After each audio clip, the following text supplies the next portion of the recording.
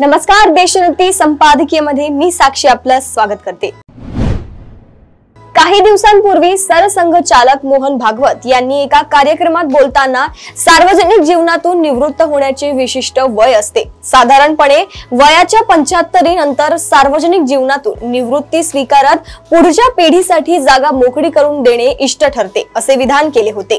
त्या विधानाचा संदर्भ तसा वेगळा असला तरी त्यावेळी सरसंघचालकांनी पंतप्रधान नरेंद्र मोदींनाच हा इशारा दिल्याचे बोलले गेले। संघ मोदींसाठी पर्याय शोधत आहे।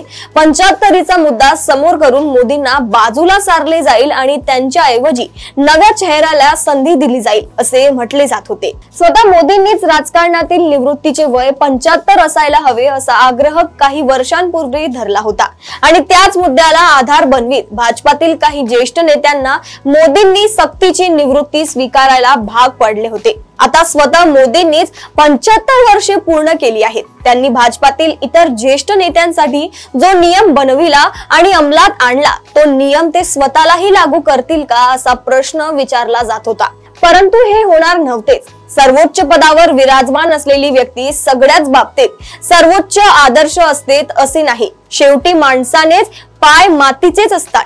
ते माणसे विरडी आहेत जे कर्तृत्वाच्या ऐन शिखरावर असताना अगदी सहज सगळे काही सोडून वानप्रस्थ धारण करतात। अशी काही माणसे ज्या समाजात नक्कीच आहेत किंवा होती, परंतु त्यांचा अपवाद हाच नियम सिद्ध करतो की समोर उभे ठाकलेले सगळे वैभव लाथाकडून संन्यास घेणे प्रत्येकालाच शक्य नसते। स्वतः सरसंघचालकही 75 आहेत, ते देखील आपले पद सोडण्याबद्दल अवाक्षरही काढत नाही। ते स्वतः किंवा नरेंद्र मोदी जोपर्यंत त्यांचे शरीर साथ देत आहे तोपर्यंत किंवा काही राजकीय उलथपालथ होत नाही तोपर्यंत तरी सर्वोच्च त्याग करण्याचे नैतिक धैर्य दाखवू शकणार नाही। ती माणसे वेगळीच असतात, ही त्यांच्यातील नाहीत।